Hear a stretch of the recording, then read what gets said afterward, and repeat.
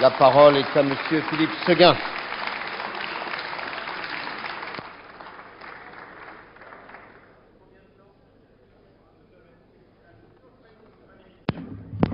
Le temps n'est pas limité, mes chers collègues.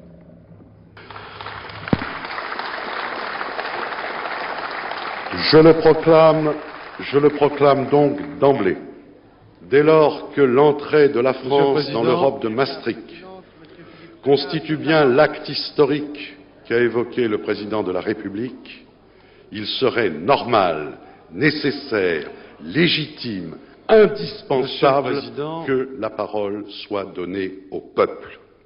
Non point que je conteste la légitimité de cette Assemblée. Je ne me suis pas associé au cœur de ceux qui, il y a quelques semaines, ne trouvaient pas de mots assez durs pour l'abaisser, pour réclamer sa dissolution, voire même proposer son autodissolution. Je constate d'ailleurs la contradiction dans laquelle s'enferment aujourd'hui nombre d'entre eux en se refusant à l'idée d'un référendum. Ce que je veux seulement dire, c'est que le recours à la voie parlementaire est contraire à l'esprit de notre pacte social, car ce que le peuple a fait, seul le peuple peut le défaire. C'est en outre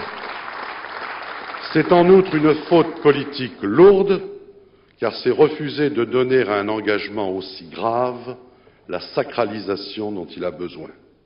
Et ne changerait rien à l'affaire la manœuvre qui consisterait ultérieurement à ne faire ratifier par le peuple que ce que le Parlement aurait déjà décidé. Non, foin d'argussie, il me faut dire avec beaucoup d'autres, au nom de beaucoup d'autres, qu'il est bien temps de saisir notre peuple de la question européenne.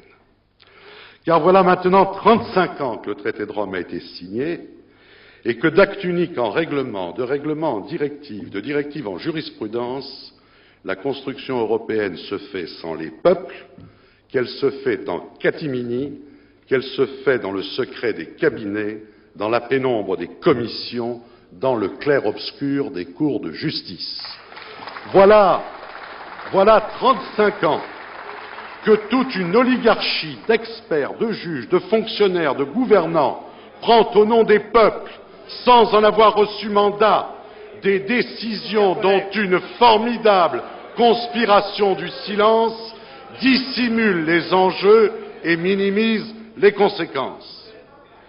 Qu'on m'entende bien,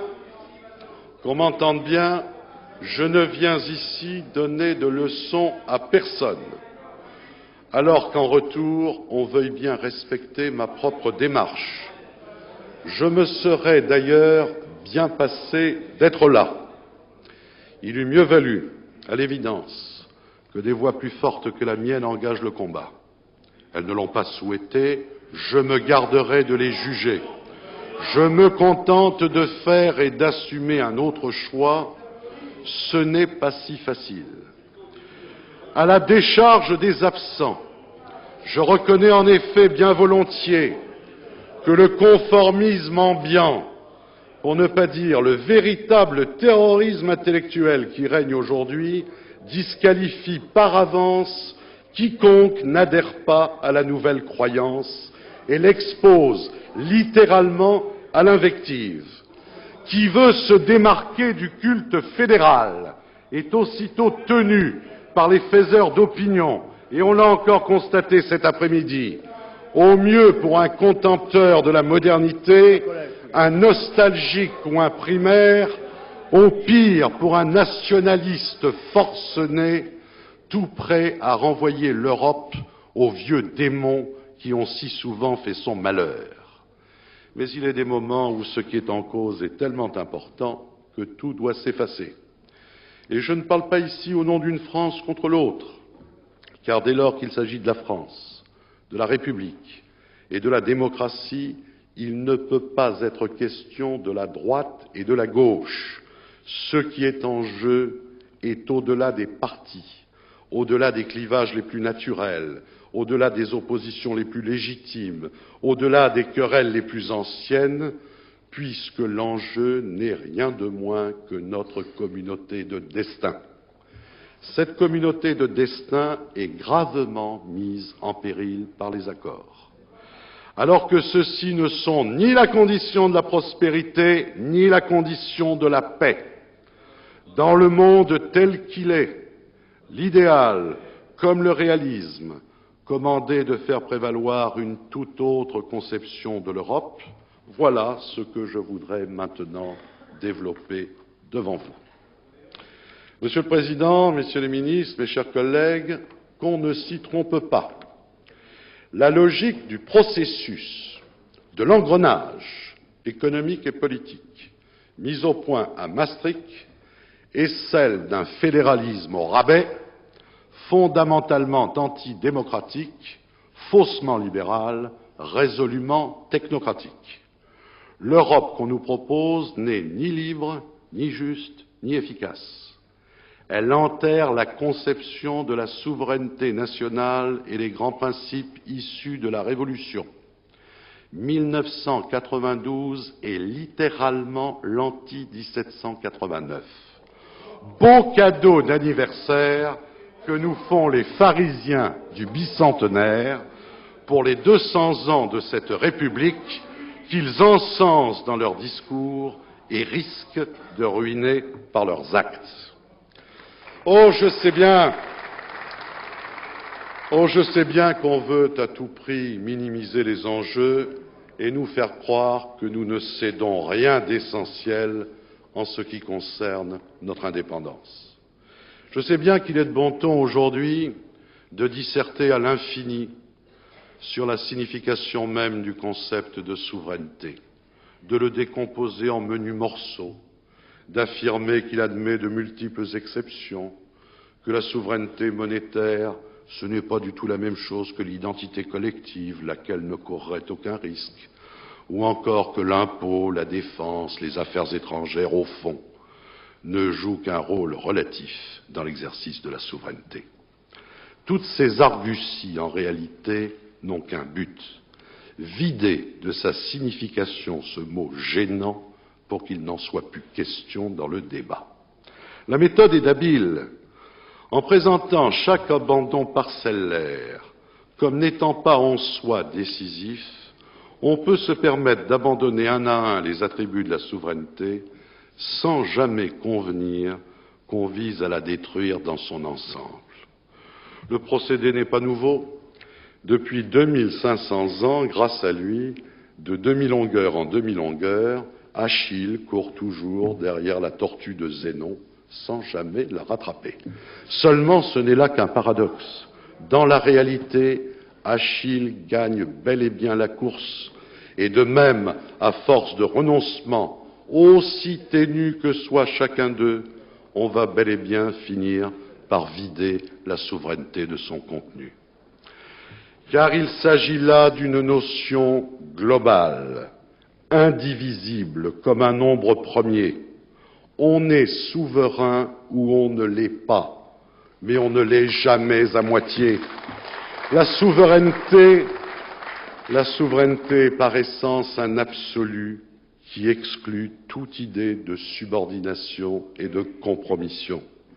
Un peuple souverain n'a de comptes à rendre à personne et n'a vis-à-vis des autres que les devoirs et les obligations qu'il choisit librement de s'imposer à lui-même.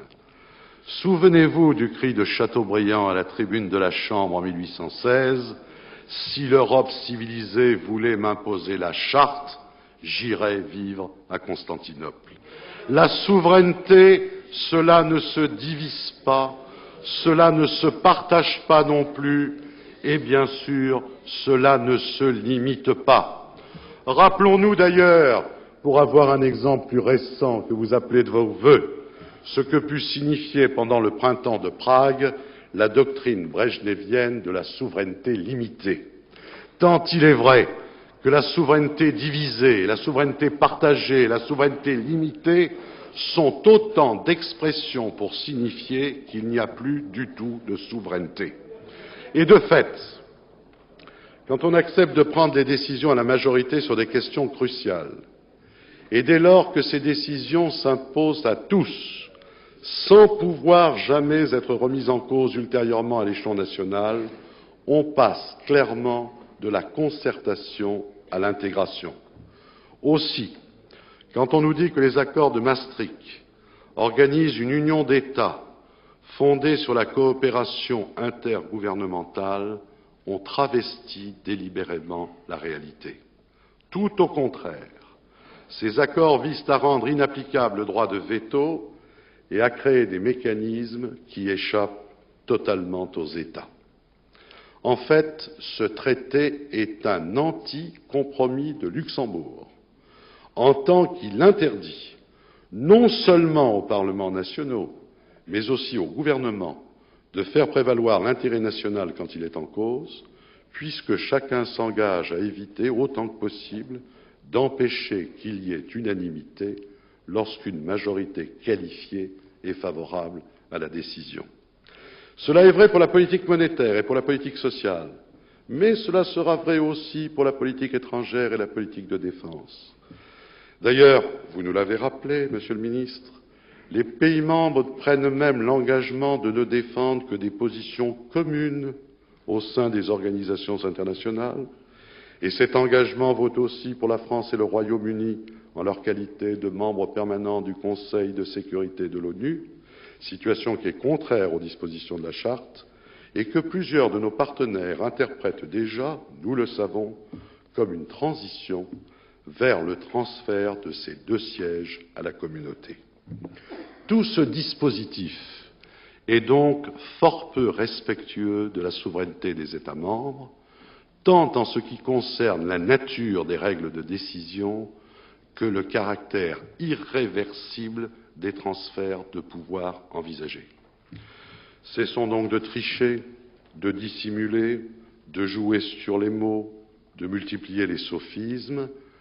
L'alternative est claire, nous devons choisir de conserver notre souveraineté ou d'y renoncer. Il est temps de nous demander comment nous en sommes arrivés à considérer cette question incongrue il y a quelques mois encore comme presque banale.